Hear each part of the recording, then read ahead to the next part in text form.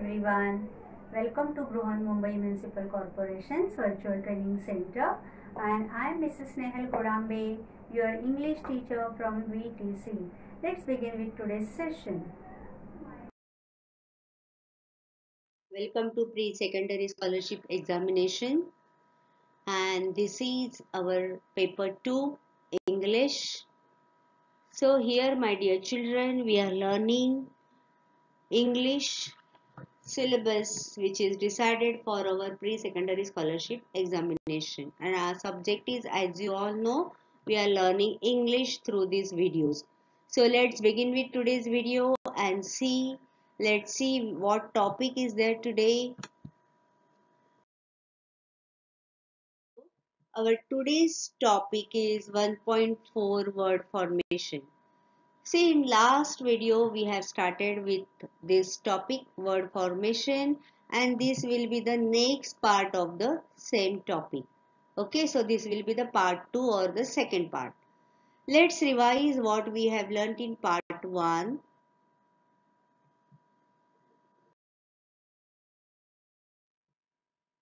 In part first, we have seen what is the meaning of term word formation. So word formation is the creation of a new word. The process of word formation whereby new words are formed by attaching or adding the prefix or suffix.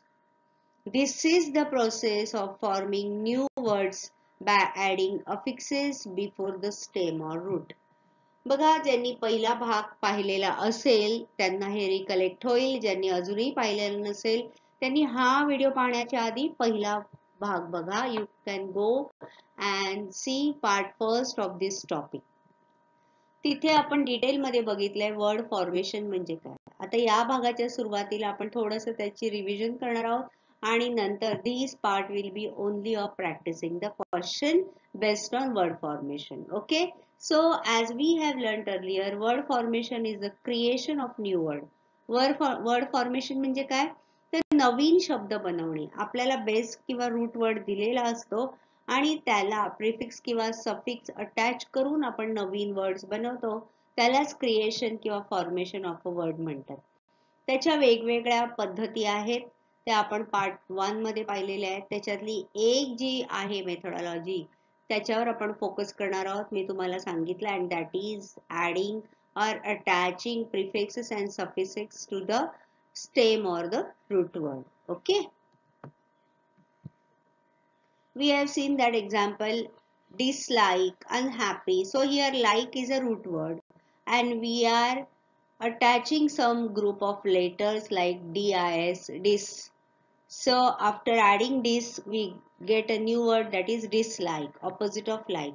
आपण हे पाहिलेलं की काही वेळेला आपण group of letters attach केल्यानंतर आपल्याला opposite मिनिंगचे words मिळतात, काही वेळेला न्यू वर्ड्स मिळतात. Here one more word is there, happy. We have added u and un to that, and so we got a new word, unhappy. So in this way we have seen many examples in part 1. Now we will move to the next part of this word formation, that is we will try to know more about it. Now we will begin with the practice session. We will practice some questions which are based on this topic. Now let's read the question one by one and try to understand what is the word formation is through solving these questions. Choose the correct option for the following. आता आपलं आजचं जे session आहे हे completely practice session आहे.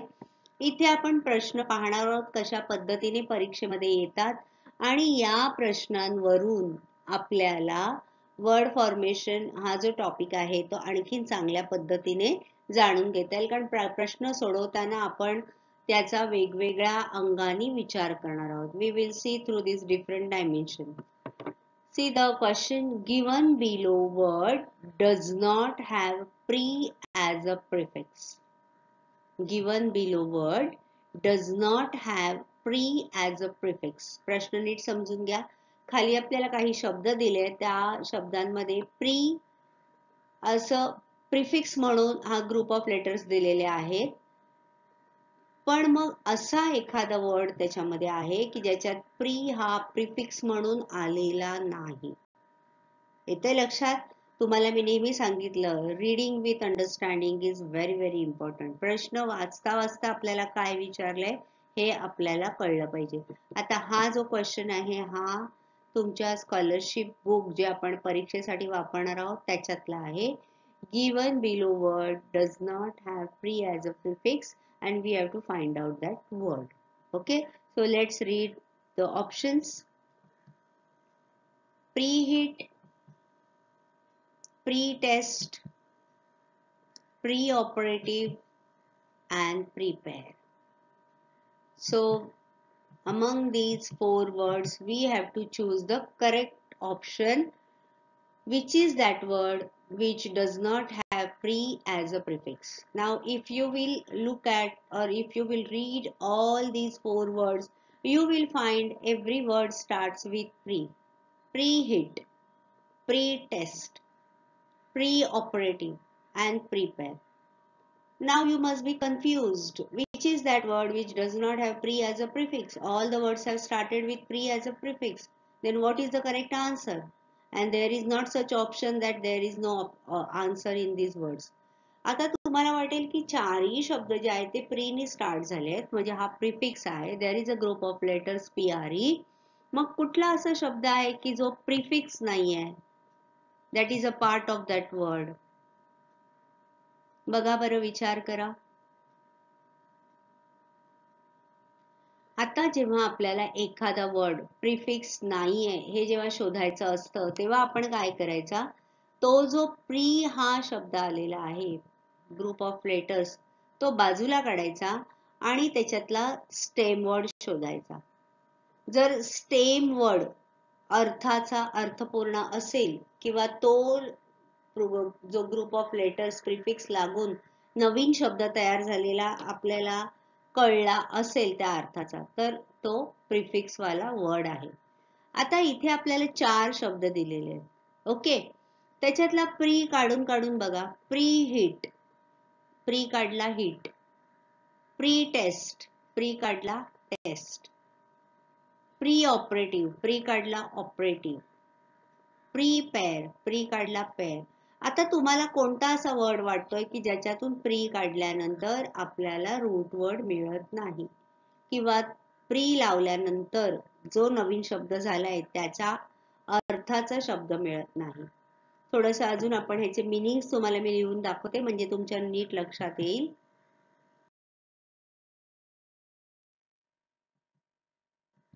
See here, preheat. What is the meaning of this word? We will see one by one. Pre-test, pre-operative and prepare. आता तुमच्या लक्षात येईल की जे पहिले 3 वर्ड्स आहेत त्याच्यातला प्री ला मी रेड केलंय आणि चौथ्या वर्ड मध्ये मी पेअर ला रेड केलंय. का ते बघा. प्री हिट म्हणजे काय आपण बघूया.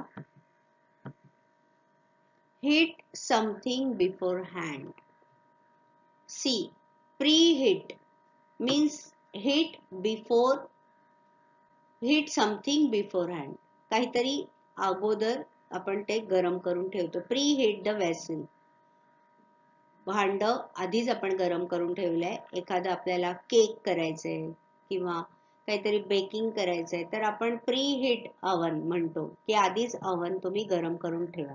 राईट, त्याला pre-hit म्हणतात. म्हणजे प्री ह्या ग्रुप ऑफ लेटर तिकडे आपण जॉईन केल्यानंतर आपल्याला हिटिंगच्याच अर्थाचा नवीन शब्द मिळालाय.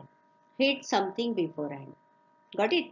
नाव we will move to the next word. Pre test, a preliminary test or trial. बघा, नवीन गाडी घ्यायला जातात किंवा काही आपण खरेदी करायला गेलो तर आपल्याला ट्रायल टेस्ट असते, प्री टेस्ट असते. Pre test, preliminary test. किंवा एखादी एक्झाम असेल तर त्याच्या आधी आपली प्रिलिमिनरी असते, प्रिलिम्स म्हणतो आपण त्याला. बोर्ड एक्झाम वगैरे असते 10वीची तर ती देण्यापूर्वी प्रॅक्टिस एक्झाम असते, त्याला प्रिलिमिनरी टेस्ट असं म्हणतात. म्हणजे नवीन शब्द हा तयार झालाय, हा टेस्टशीच संबंधित असा नवीन शब्द तयार झालाय after adding the group of letters PRE, pre. Third word is pre operative, that is before operation. आता काही वेळेला आपण मेडिकल टर्म्स मध्ये लक्षात घेऊया, ऑपरेशन असतं, मग त्याच्या आधी काहीतरी टेस्ट केल्या जातात, ब्लड टेस्ट किंवा आणखीन काही शुगर टेस्ट वगैरे केली जाते, त्याला प्री ऑपरेटिव्ह टेस्ट असं म्हणतात. तर those test has done before the operation. Okay, pre operative. एखादी किंवा नवीन काही मशीन तयार झाली आहे तर त्याच्या प्री ऑपरेटिव्ह टेस्ट होतात, त्या बाजारात येण्याच्या आधीच्या टेस्ट, बरोबर चालतंय का, काही प्रॉब्लेम नाही आहे का. So this word is also related with operations or operative. Okay, आता हे 3 शब्द आपण बघितले, प्री हिट, प्री टेस्ट आणि प्री ऑपरेटिव्ह. मग नेक्स्ट वर्ड मध्ये मी प्रीपेअरला का केलाय बघा. तर इथे प्री हा जो ग्रुप ऑफ लेटर्स आहे हा ऍज अ प्रिफिक्स आलेला नाही, कारण पेअर, पेअर हा जो वर्ड आहे तुम्ही त्याच्यातून प्री काढलात तर तुम्हाला पेअर हा वर्ड मिळतो. त्या पेअर या वर्डचं मिनिंग काय आहे बघा, इकडे मी तुम्हाला दाखवते. So pare means to remove the thin outer layer of something.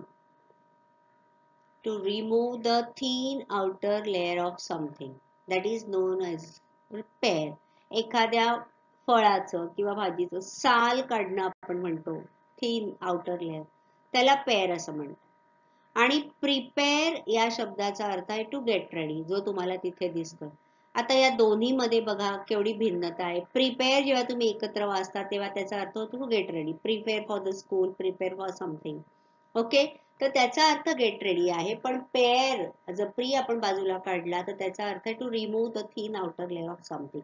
means here you can understand very clearly the group of letter PRE is not used as prefix in this case.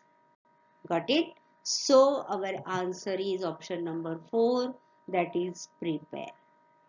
आता इथे मी तुम्हाला ह्या सगळ्या शब्दांचे meaning दाखवलंय, ते explain करून दाखवलंय, म्हणून तुम्हाला कळलंय. एक्झाम मध्ये तुम्हाला हे सगळं एक्सप्लेनेशन कोणी देणार नाहीये, म्हणून आपण काय म्हणतोय की we are preparing ourselves for the scholarship examination. आणि ही प्रिपरेशन आपलं आत्तापासून सुरू झालंय, राईट. म्हणजे आपल्याला वर्षभर we have to prepare ourselves to get ready ourselves for the appearance of our examination, for appearing of our for our examination, right. म्हणजे प्रिपेअर हा शब्द मी इथे पण असा तुम्हाला वापरून दाखवला, म्हणून मग आपला आन्सर आहे option number 4. given below word does not have pre as a prefix, so that is in prepare. Got it? Come on, next question.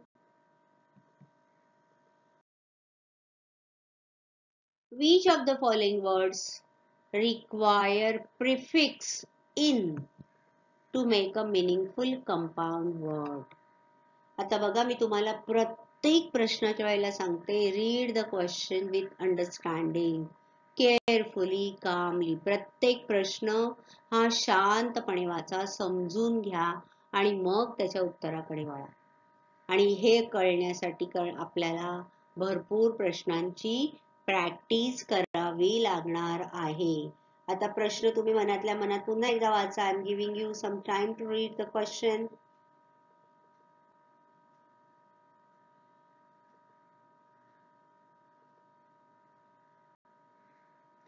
Okay, done. Which of the following words requires prefix in to make a meaningful compound word? आता compound words म्हणजे काय आपण शिकलो. When you join two words and then you get a new word, that is known as compound words. Okay.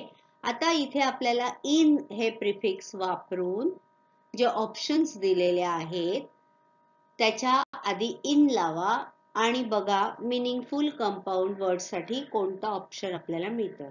Let's read the option.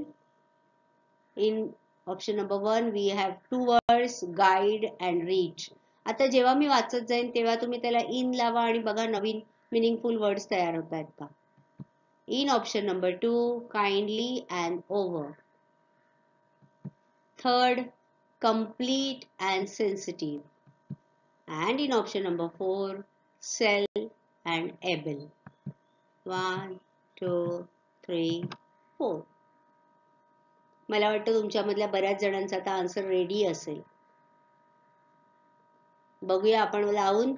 Guide In guide, in reach? No way.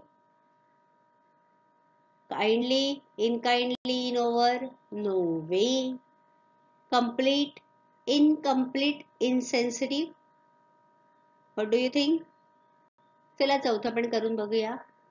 Inalienable. So you got the answer, that is option number 3. Incomplete, insensitive. आपल्याला इथे मिळालेले आहेत दोन नवीन शब्द. If you join complete with in, you get a meaningful word. Incomplete, अपूर्ण. Insensitive, असंवेदनशील. Okay, so in this way you can format, you can frame, you can create new words from given words with adding some group of letters, that is prefix. आपण हेच formation मध्ये शिकतो.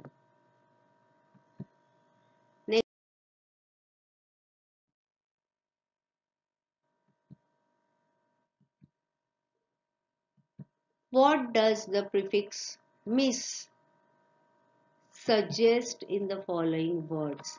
आता आपण miss या शब्दाचे अनेक एक्झाम्पल्स पार्ट 1 मध्ये बघितले. Misunderstanding, misbehave, right. मग आता इथे आपल्याला काही वर्ड्स असे दिलेले आहेत, पण त्यांनी काय विचारलंय बघा. What does the prefix miss suggest in the following words. आता इथे आपल्याला काही वर्ड्स आहेत, ते आपल्याला मिस लावून दिलेले आहेत. Mislead, misbehave, misguide, misunderstand. आता या चारही मध्ये आपल्याला काय सजेस्ट करायचंय त्याचे पण आपल्याला ऑप्शन्स दिले आहेत बघा. Positive, negative, meaningless and wrong. Option 1, 2, 3, 4. What you will opt for, which number. बघा आपल्याला त्यांनी काय म्हटलं. आता तुम्हाला वाटेल की हे एवढे बॉक्सेस काय दिलेत. आपल्याला पहिले जे 4 बॉक्स आहेत आणि जे ब्लू बॉक्स आहेत ते आपल्याला दोन्ही कन्सिडर करायचे. पहिल्या 4 बॉक्स मध्ये आपल्याला मिस प्रिफिक्स लावून वर्ड्स दिले. आता ते चारही वर्ड्स काय रिप्रेझेंट करतायत ते आपल्याला खालच्या म्हणजेच ब्लू बॉक्स मधून शोधायचंय. आता इथे मी वेगळे कलर करून तुम्हाला दाखवले. एक्झाम मध्ये it will be in black and white only. Okay, आता चारही वर्ड्स तुम्ही वाचल्यानंतर what do you think? Do all these words have positive meaning? Do all these words have negative meaning? Do all they have meaningless or do all they suggest something wrong? काय वाटतं तुम्हाला बघा. Mislead, misbehave, misguide, misunderstand.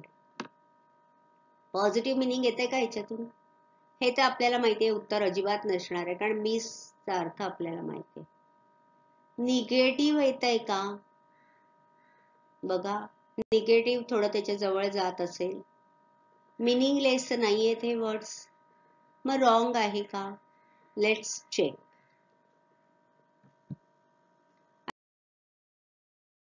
तुम्हाला इथे clarify करणार आहे हा question. जिथे मला गरज वाटेल तुम्हाला थोडंसं क्लॅरिफाय करायची तिथे मी करत जाईन. Mislead, misbehave, misguide, misunderstand. आता थोडं आपण याचं मीनिंग बघूया. ओके, म्हणजे तुम्हाला ऑप्शन शोधायला सोपं जाईल. Mislead means what? To make somebody have the wrong idea. आपण म्हणतो ना, don't mislead him. चुकीचा मार्ग दाखवू नकोस किंवा मिसलीड करणाऱ्या मित्रांपासून लांब राहा. Be aware of them. Beware of them. Okay, mislead to make somebody have the wrong idea. Misbehave, to conduct badly or improperly. Wrong behavior. In short we can say wrong behavior. चुकीचं वागणं. Okay. Misguide, see, to guide wrongly. Misguide, to guide wrongly. Mislead, To make somebody have wrong idea, misbehave, wrong behave or improper behave, misguide, to guide wrongly, and misunderstand, to understand somebody something wrongly. आता जेव्हा तुम्हाला हे मी चारही meanings दाखवले त्याच्यामध्ये एक word repetitive आहे बघा. कोणता आहे तो word? The word is, look here, option मध्ये तो वर्ड आहे wrong. So our answer will be option number 4.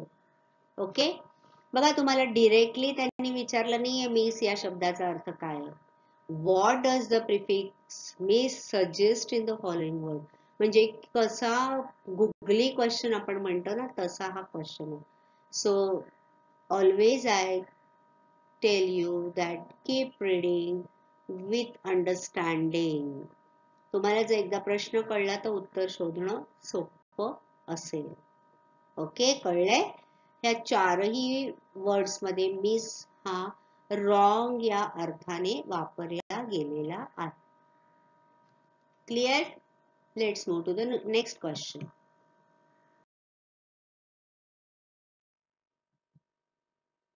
Complete the following pie chart by adding the correct word. किती वेगवेगळ्या फॉर्म मध्ये आपल्याला प्रश्न विचारले जातात बघा. आता इथे आपल्याला पाय चार्ट मध्ये टॉपिक इज सेम, टॉपिक तोच आहे, पण कसा वेगवेगळ्या प्रकारे आपल्याला प्रश्न विचारला जातो इथे मी तुम्हाला हे दाखवते. Complete the following pie chart by adding the correct word. आता फॉर्मेशन ऑफ वर्ड आपला टॉपिक आहे, फोकस केलाय आपण प्रिफिक्स आणि सफिक्स वर. मग पाय चार्ट मध्ये तो कशा प्रकारे वापरलाय बघा. Let's see. मल्टी, कोणता वर्ड आहे? Multi. Now see, colored, talented. Here we have to add one word and next word is level. आता इथे तुम्हाला मल्टी हा वर्ड दिसतोय. Here there are 4 words you can see in that chart: multicolored, multi-talented, multi-level. There are some words, among those words we have to choose so that that word will fit in this chart and it will complete the meaning of this chart. Let's read the options. Media, uniform,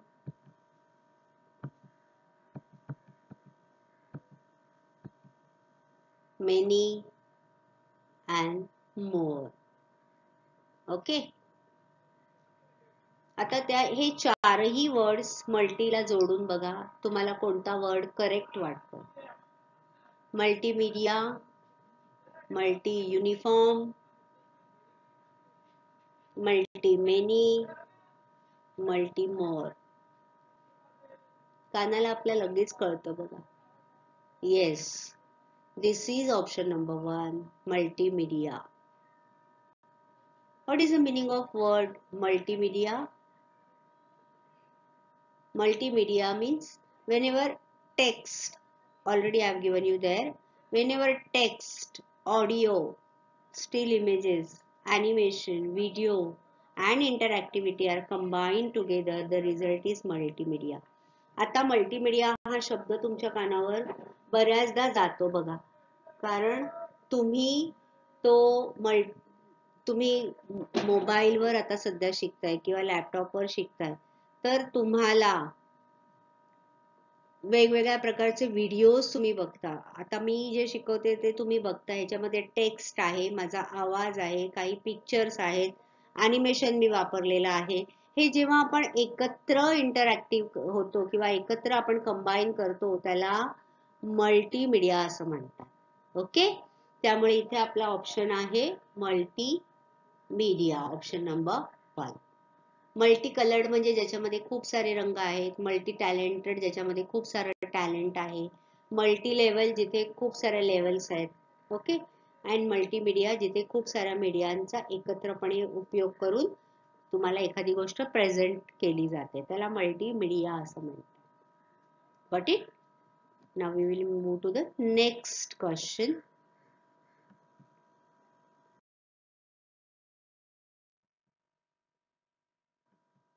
Which of the following set of words can form meaningful words by adding prefix anti?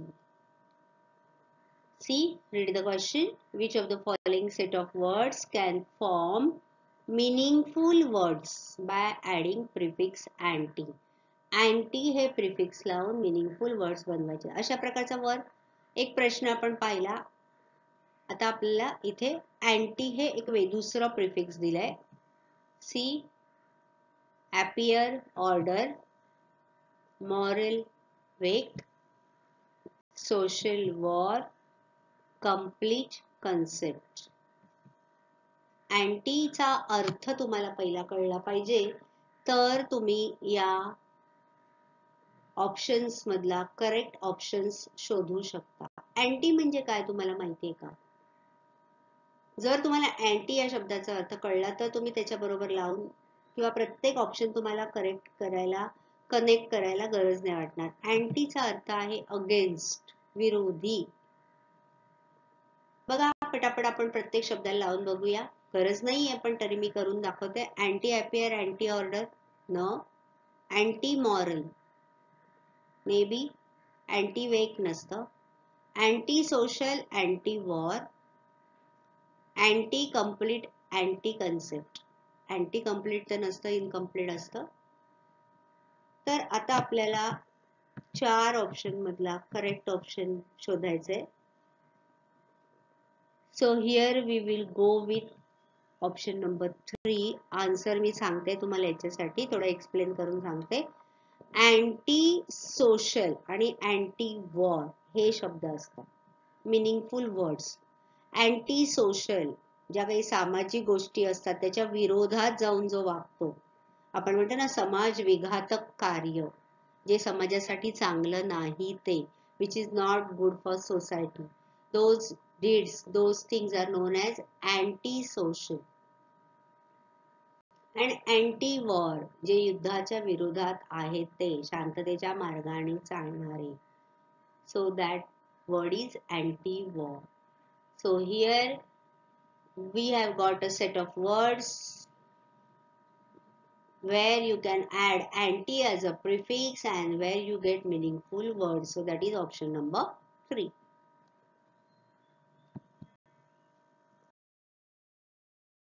Next question. Choose the correct word from the options which is not a noun. बघा आता एक अजून वेगळ्या टाइपने इथे प्रश्न आलाय. Choose the correct word from the options which is not a noun. Now let's see how the topic is been used in this option. Daytime, overtime, downtime, timely. 1, 2, 3, 4. Okay. आता तुम्हाला इथे दिसतात बघा काही वर्ड्स जिथे आपल्याला टाइम हा repeatedly आलेला वर्ड दिसतोय. आता काही मुलं गेस करतील की बाकीच्या वर्ड्स मध्ये टाइम हा रूट वर्ड आहे, सगळीकडेच रूट वर्ड आहे, पण काही ठिकाणी प्रिफिक्स आलाय. पहिल्या 3 ह्याच्यामध्ये आपल्याला काहीतरी प्रिफिक्स म्हणता येणार नाहीये, तर टाइमच्या आधी आपल्याला काहीतरी वर्ड्स दिसतात, वेगळे वर्ड्स दिसतात. कंपाऊंड वर्ड आहे. Day time, over time, down time and timely. तुम्ही जर ऑप्शन नंबर 4 गेस करत असाल तर तुमचा ऑप्शन करेक्ट आहे, तुमचा आन्सर करेक्ट आहे. That is not a noun. Day time, over time, down time. Then what is timely? It is not a noun, it is an adjective. Okay?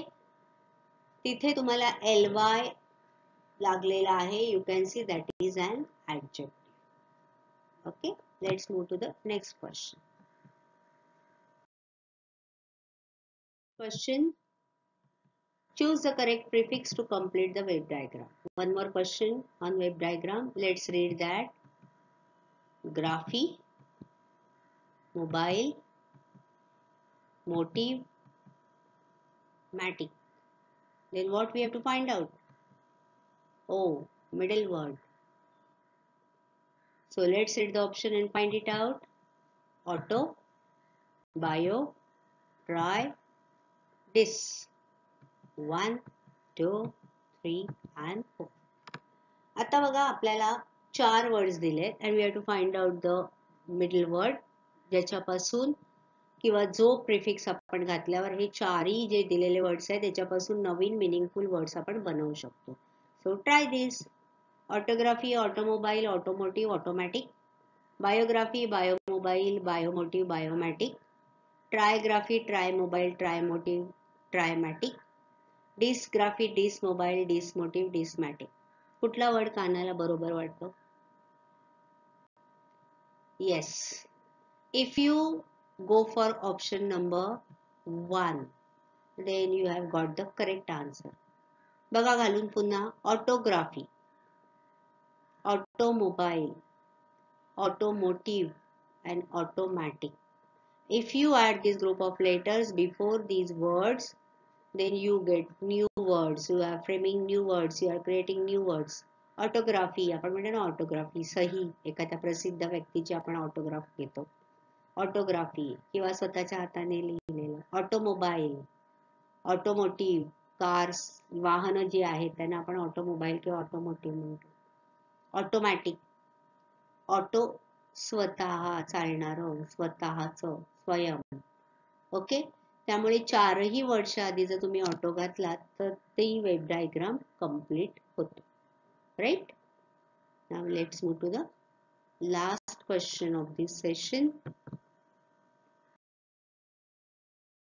Question is, see, you can see some words in pink box: uncover, unlock, unsafe, unemployment. आता तुम्ही याच्यामधलं prefix कुठलाही शोधून काढला असेल. पण प्रश्न काय? Let's read the question. Which meaning is expressed through the prefix un from the above words? Okay, very simple question. Let's read the option. Before, under, opposite, cause to.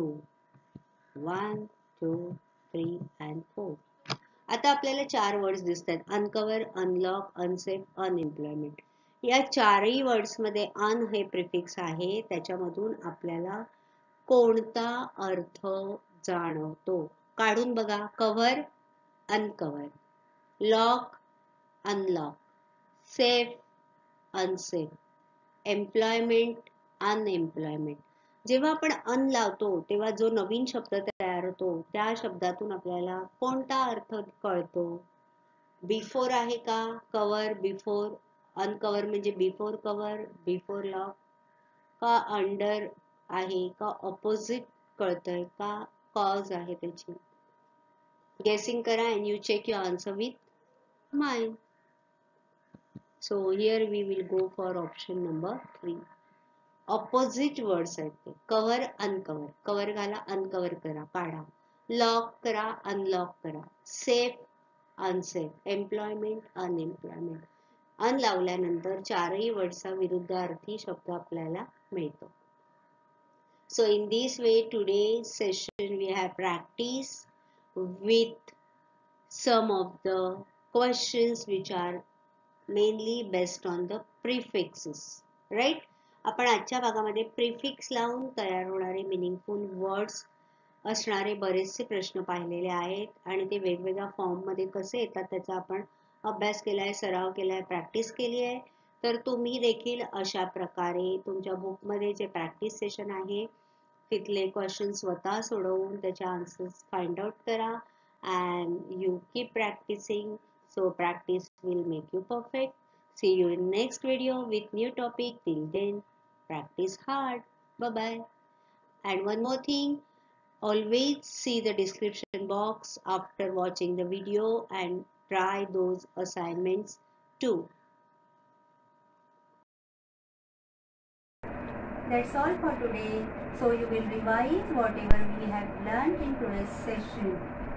Please subscribe the channel and press the notification button to get the link of next video. Bye bye.